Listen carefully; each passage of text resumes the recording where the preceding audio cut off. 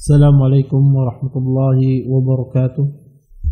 Innal hamdalillah nahmaduhu wa nasta'inuhu wa nastaghfiruh wa na'udzu billahi min shururi anfusina wa min sayyiati a'malina. May yahdihillahu fala mudilla lahu wa may yudlil fala hadiya lahu. Asyhadu an la ilaha illallah wahdahu la syarika lah wa asyhadu anna Muhammadan abduhu wa rasuluh. Fa inna asdaqal hadits kitabullah wa khairul hadi Muhammadin sallallahu alaihi wasallam wa syarrul umuri muhdatsatuha wa kullu muhdatsatin fid din bid'ah wa kullu bid'atin dhalalah wa kullu dhalalatin finnar. Amma ba'd. Ikhwan dan akhwat pendengar Radio Gema Madinah yang senantiasa dimuliakan oleh Allah Subhanahu wa taala. Alhamdulillah, pada sore hari ini kita dapat berjumpa kembali dalam rangka mempelajari hadis-hadis Nabi sallallahu alaihi wasallam. Mudah-mudahan pertemuan kita pada sore hari ini mendatangkan berkah di sisi Allah Subhanahu wa taala dan kita dapat mengambil manfaat dari apa yang akan disampaikan nantinya. Ikhwan dan akhwat yang dimuliakan oleh Allah Subhanahu wa taala, pendengar Radio Gema Madinah, kita lanjutkan kajian kita tentang syarah Sahih Al-Bukhari. Kita masuk pada hadis yang ke-114 ya. Masih di dalam tema Kitabul Ilm, kitab tentang ilmu. Berkata Imam Bukhari, haddatsana Yahya ibn Sulaiman قال حدثني ابن وهب قال أخبرني يونس عن ابن شهاب عن عبيد الله ابن عبد الله بن عباس رضي الله عنهما قال لما اشتد بالنبي صلى الله عليه وسلم وجاءه قال ائتني بكتاب أكتب لكم كتابا لا تدلوا بعده. قال عمر إن النبي صلى الله عليه وسلم غلبه الوجع وعندنا كتاب الله حسبنا فاختلفوا وكثر اللغط قال قوموا عني ولا ينبغي عندي التنازع. فخرج ابن عباس يقول إن الرزية كل الرزية ما حلا بين رسول الله صلى الله عليه وسلم wabaina kitabihi. Berkata Imam Bukhari rahimahullah taala, telah diberitakan kepada kami ya dari Yahya ibnu Sulaiman, beliau berkata, telah diberitakan kepadaku dari Ibnu Wahab, beliau meriwayatkan telah diberitakan kepadaku dari Yunus, dari Ibnu Syihab, dari Ubaidillah ibn Abdullah, dari Ibn Abbas, beliau berkata, sesungguhnya Nabi SAW ketika beliau sakit, ketika sakit beliau mulai parah, Nabi SAW berkata, "I'tuni bi kitabin," kata Nabi SAW, datangkanlah kepadaku sebuah kitab, "Aktub lakum kitaban," yang akan saya tulis untuk kalian ya, sebuah kitab tersebut, la tadillu ba'dahu, yang mana kalian tidak akan tersesat selamanya, atau yang kalian tidak akan tersesat sesudahnya. Qala Umar, maka Umar pun berkata, inna nabiyya sallallahu alaihi wasallam ghalabahu al-waja'. Kata Umar, sesungguhnya Nabi SAW beliau sudah sakit parah ya, wa indana kitabullah hasbuna. Kata Umar, sesungguhnya cukuplah kitabullah ya, Al-Quran ya. Sesungguhnya kita memiliki Al-Quran dan itu sudah cukup untuk kita. Fakhtalafu, maka terjadilah perselisihan di kalangan para sahabat. Wa kasura al-laghat ya. Maka ya banyak ya pembicaraan ya, banyak ya perkataan di kalangan para sahabat ya. Kemudian ya berkata Nabi SAW, qumu anni, kata Nabi SAW, berdirilah kalian dariku ya, wala yanbaghi indi tanazu, tidak pantas kata Nabi sallallahu di sisiku ada tanazu, pertikaian atau perselisihan. Fa kharaja Ibnu Abbas, Kemudian Ibnu Abbas pun keluar sambil beliau mengatakan inna raziyah kullu raziyah.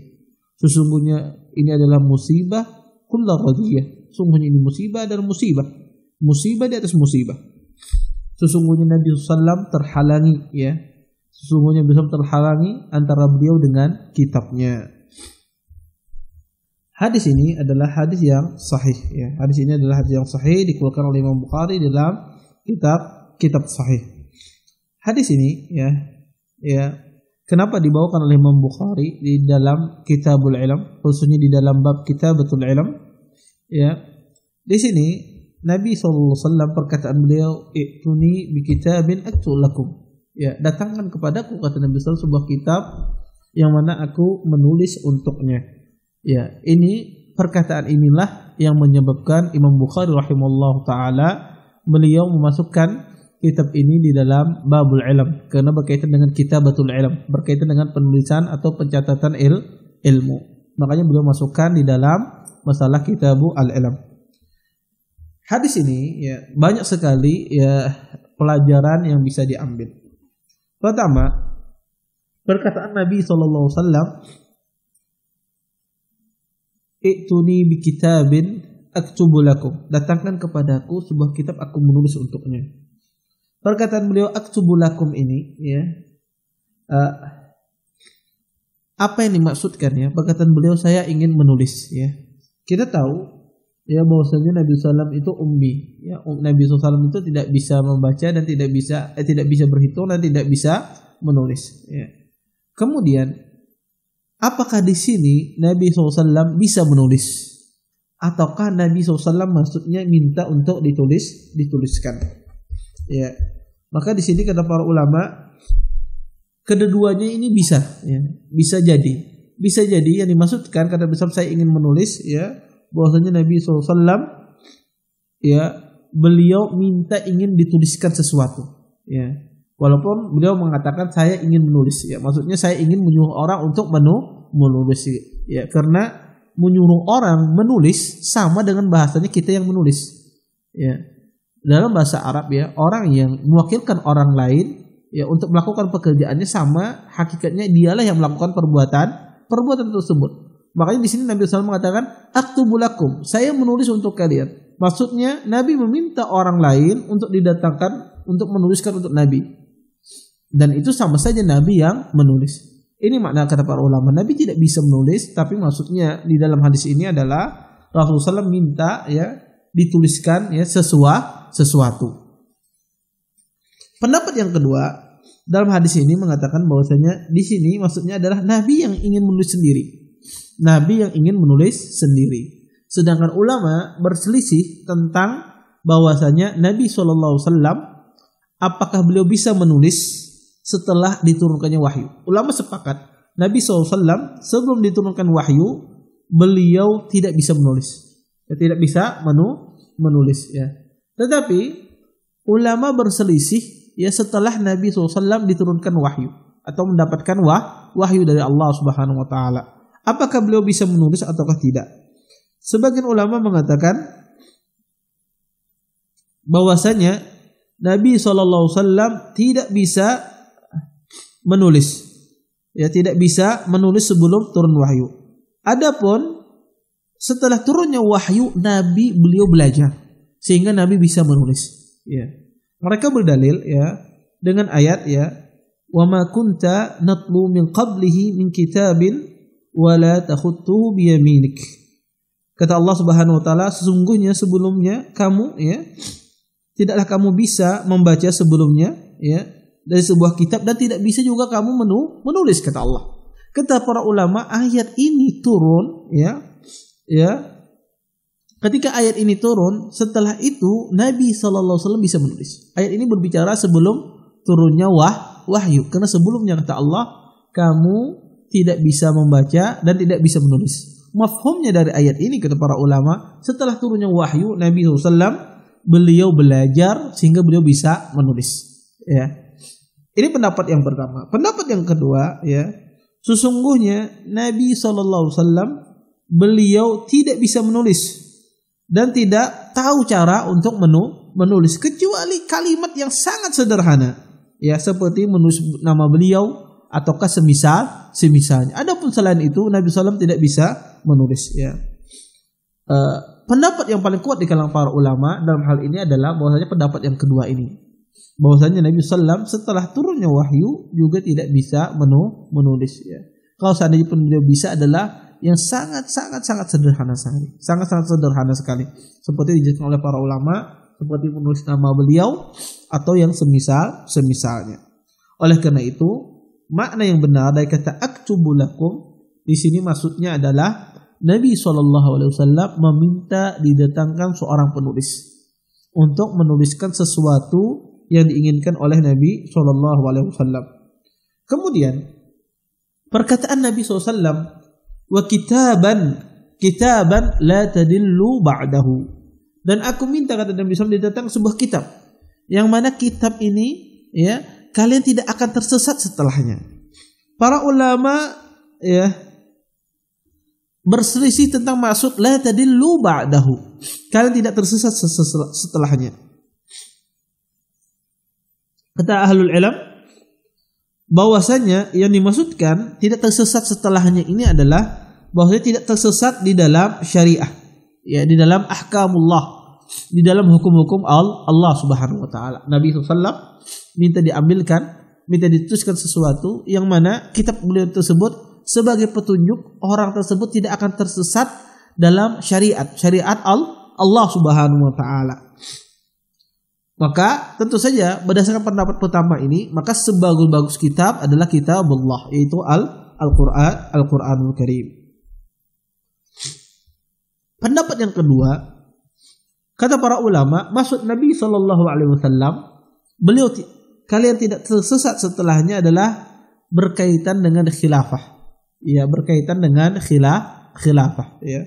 Berkaitan dengan khilafah. Bahwasanya Nabi SAW, kata para ulama, ingin, ya, memberikan isyarat bahwasanya pengganti beliau ketika beliau wafat adalah Abu Bakar As-Siddiq. Inilah yang ingin dituliskan oleh Nabi SAW agar tidak terjadi perpecahan, perselisihan di kalangan para sahabat. Maka Nabi SAW minta diambilkan sebuah kitab, minta dituliskan sebuah kitab agar orang-orang tidak tersesat setelahnya, artinya tidak berselisih, ya. Yaitu Nabi SAW ingin memberikan isyarat, ingin menjelaskan bahwasanya sepeninggal beliau yang melanjutkan pemerintahan adalah Abu Bakar As-Siddiq. Dan sebelumnya Nabi SAW memberikan isyarat, ya, kepada Abu Bakar sangat banyak sekali tanda beliau sebagai imam. Di antaranya Abu Bakar As-Siddiq radhiyallahu anhu ditunjuk oleh Nabi SAW sebagai pengganti beliau imam di waktu beliau sakit. Ketika Nabi SAW sakit parah, maka pada saat itu Abu Bakar maju menggantikan Nabi SAW. Kemudian juga Abu Bakar As-Siddiq, ya, sebagai wakil Nabi, ya, pada ibadah haji, ya, pada tahun ke-9 Hijriah. Abu Bakar As-Siddiq radhiyallahu anhu ditunjuk oleh Nabi SAW sebagai wakil beliau pada ibadah haji, ya, pada tahun ke-9 Hijriah. Ini adalah isyarat dari Nabi SAW, ya, isyarat dari Nabi SAW bahwasanya Abu Bakar adalah sebagai pengganti beliau. Kemudian, ya, di antara dalil yang menunjukkan bahwasanya Abu Bakar sebagai pengganti Nabi SAW, ada seorang wanita datang kepada Nabi SAW. Kata Nabi SAW,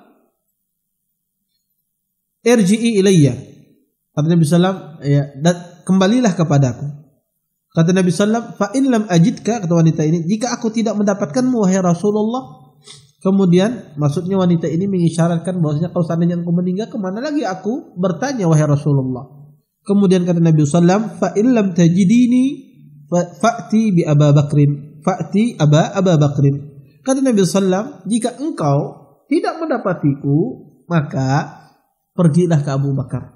Niscaya engkau akan mendapatkan jawabannya di sana.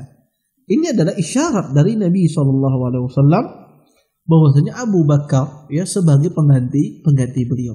Maka banyak sekali hadis-hadis yang mengisyaratkan bahwasanya Abu Bakar As-Siddiq radhiyallahu anhu sebagai pengganti Nabi SAW ketika beliau wafat ya.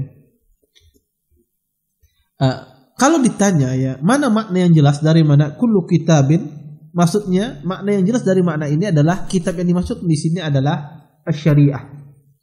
Kitab yang dimaksudkan Nabi minta diambilkan dituliskan ya, agar Nabi SAW ya menuliskan sesuatu hal kalian tidak tersesat setelahnya, adalah permasalahan tentang syariah, tentang ahkam. Dalilnya apa? Dalilnya adalah perkataan Umar setelahnya. Kata Umar, wa indana kitabullah hasbuna. Sesungguhnya kita sudah memulai Al-Quran, maka itu sudah cukup untuk kita ya berijtihad dengan Al-Quranul Karim. Ya, maka yang dimaksudkan oleh Nabi SAW di sini ya, aktub lakum kitaban la tadillu ba'dahu, bahwasanya ahkam-ahkam syariah ya, hukum-hukum syariah. Ya, maka di sini ada dua penafsiran dari para ulama. Maksud kitab di sini adalah tentang penugasan atau penunjukan Abu Bakar sebagai penerus beliau ya, sebagai khalifah, ataukah Nabi SAW ingin menjelaskan ahkam syariah ya. Maka pendapat yang pertama menjelaskan ahkam syariah ini lebih kuat ya dalam masalah ini.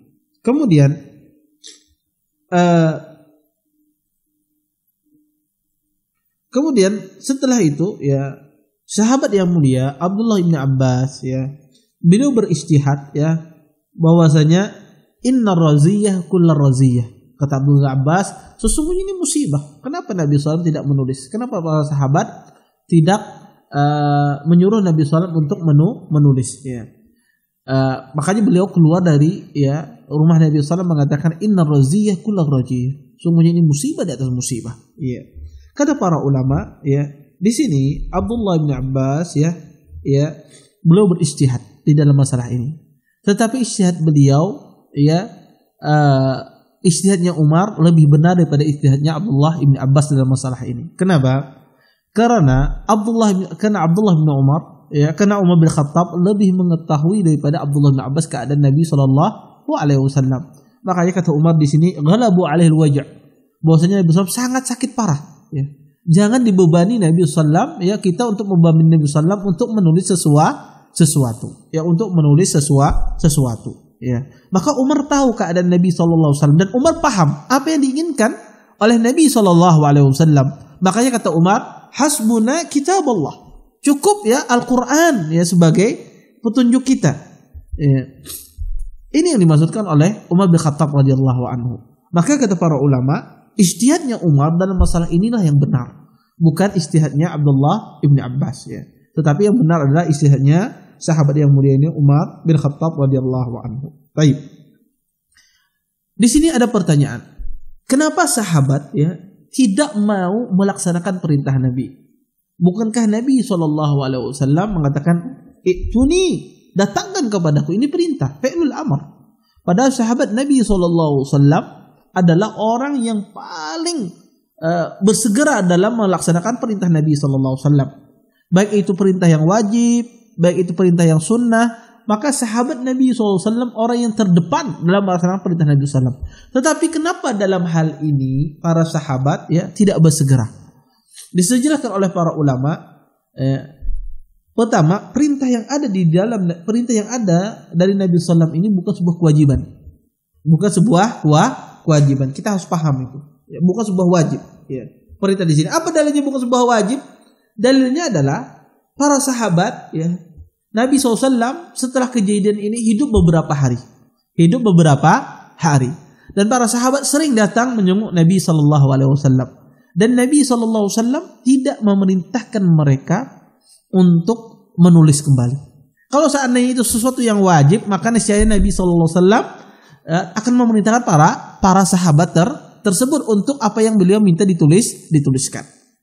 Kemudian yang kedua kata para ulama, ini menunjukkan bahwasanya perbuatan itu adalah khiyar. Ya, perbuatan itu adalah seseorang Nabi SAW cuma sekedar irsyad, ya, memberikan petunjuk saja, bukan sebuah kewajiban. Ya, perintah di sini bukan sebuah kewajiban, tapi sahabat punya hak khiyar, hak untuk mendatangkan kitab ataukah tidak. Ya. Dalilnya apa? Kalau saat ini itu sesuatu yang wajib, maka Nabi SAW tidak akan mengatakan kumu anni. Ya, kata Nabi, berdirilah dariku. Ya. Kalau saat ini sesuatu yang wajib, maka Nabi menyuruh para sahabat tersebut untuk ya menulis ya apa yang beliau inginkan. Ya. Kemudian perlu kita pahami di sini ya, dan ini kebanyakan ya salah dipahami oleh sebagian orang ya. Bahwasanya di sini sahabat Nabi SAW ya menghalang-halangi Nabi SAW untuk menulis sesuatu, ya, sebuah wasiat. Maka ini keliru. Sahabat Nabi SAW tidak menghalang-halangi. Tetapi para sahabat Nabi SAW mereka melihat bahwasanya Nabi SAW dalam keadaan sakit parah, dan Umar bin Khattab radhiyallahu anhu tidak ingin yang membebani Nabi SAW. Bayangkan orang dalam keadaan sakit parah kemudian dibebani dengan menulis, ya, maka ini akan terasa sangat berat sekali. Dan kita tahu bahwasanya Nabi SAW ketika sholat ya beliau pingsan bangun, ya. Perkara dalam salat saja, perkara yang sangat agung saja, Nabi SAW ya sangat kesusahan ya ketika di akhir-akhir hayat beliau. Bagaimana dengan perkara menulis semacam ini? Oleh karena itu kata Umar, ghalabul wajah. Ya, Nabi SAW ya beliau tertimpa sakit parah. Ya.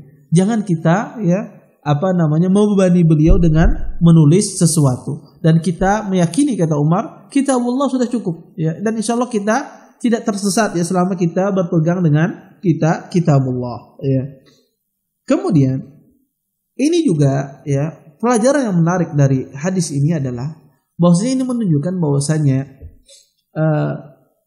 pada masa sahabat juga terjadi perselisihan ya, perselisihan di kalangan para sahabat ya, dan itu tidak menjadikan mereka berselisih ya, tidak menjadikan mereka berselisih. Maka masalah perselisihan di kalangan para sahabat itu ada dalam masalah fikih ya, dalam masalah muamalah ya, maka banyak terjadi perselisihan di kalangan para sahabat karena masing-masing manusia berijtihad ya, masing-masing manusia berijtihad sesuai dengan ilmu yang sampai kepada mereka.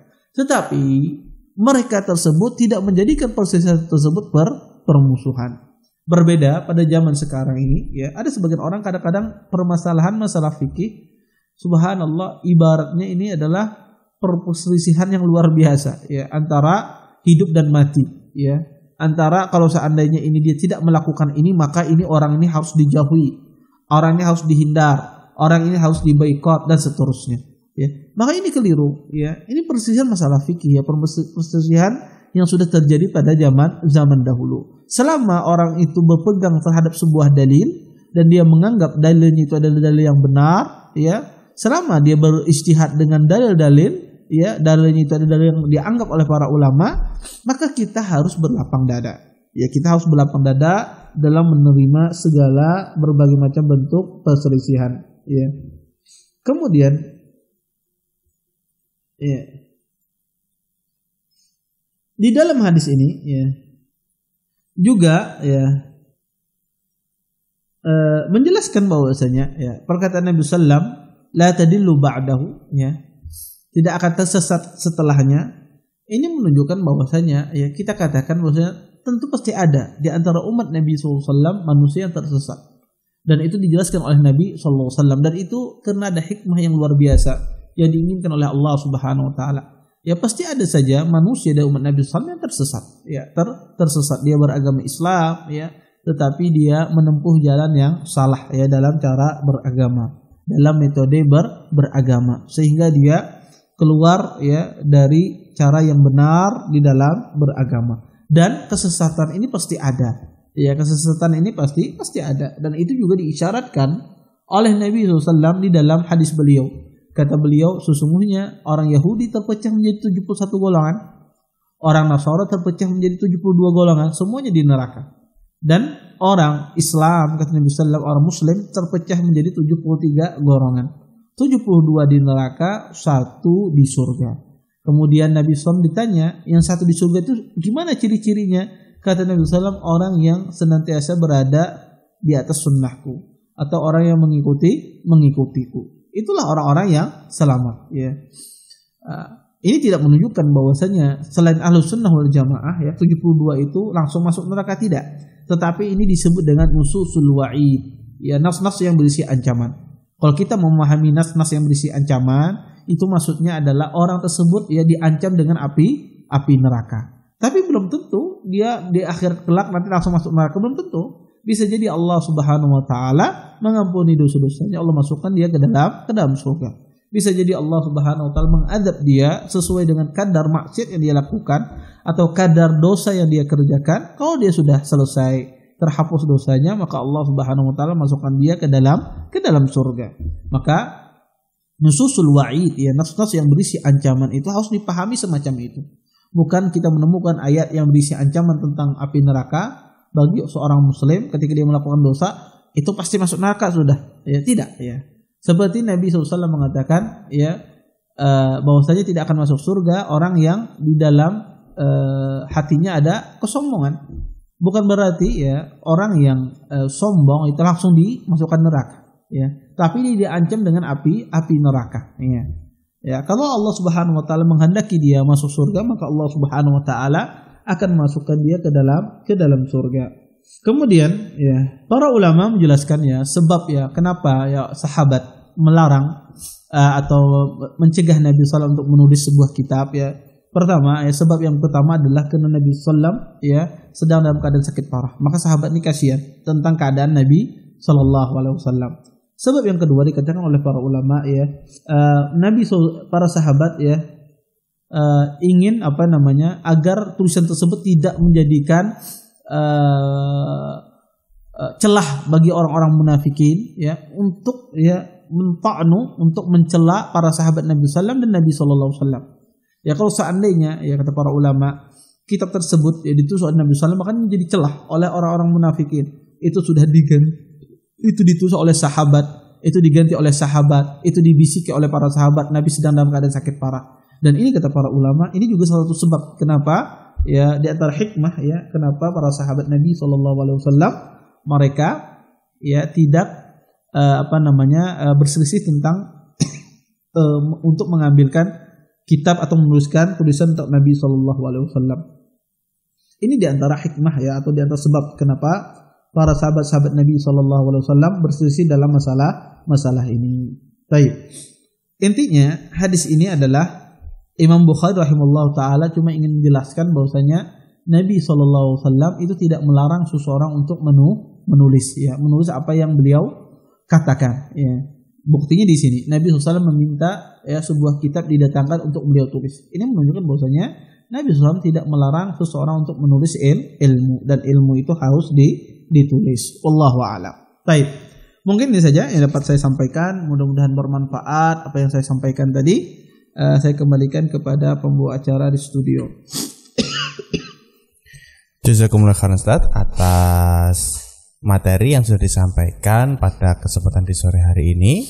Izinkan Ana untuk membacakan pertanyaan-pertanyaan dari Dangsan RGM yang sudah masuk di layar kaca Radio Gema Madinah. Pertanyaan pertama, pertanyaan seputar kajian Ustaz.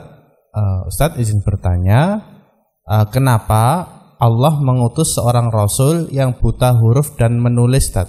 Bukankah seorang Rasul itu diutus karena dia adalah seorang terbaik di zamannya, Ustaz? Jazakumullah khairan, Ustaz. Iya, jazakumullah khair atas pertanyaannya. Kenapa Nabi SAW, ya, beliau tidak bisa menulis, ya?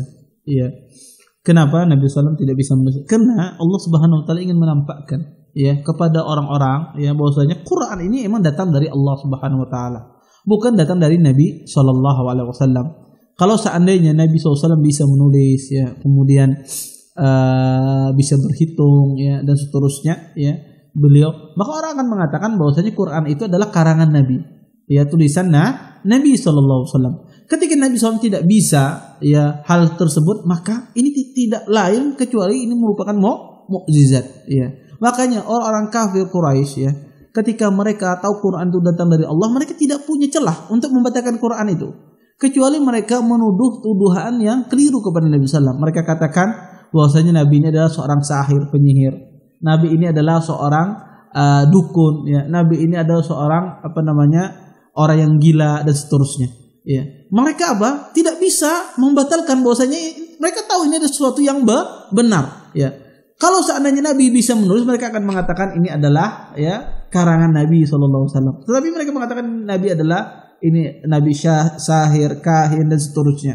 Ya, untuk apa? Ya, karena mereka mengetahui bahwasanya itu datang dari Allah Allah Subhanahu wa taala. Sehingga mereka tidak bisa membatalkan Al-Qur'an itu kecuali dengan mengasih ya, memberikan image jelek kepada Nabi SAW di hadapan orang kufar Quraisy. Dan itu yang sering dilakukan ya orang-orang zaman dahulu ya, terhadap al-haq, terhadap kebenaran sampai pada zaman sekarang. Ya. Orang zaman sekarang, orang menjelaskan al-haq pasti akan dilabeli dengan bermacam-macam. Fulan seperti ini. Kenapa? Karena masyarakat ketika mendengar hal tersebut menjadi takut.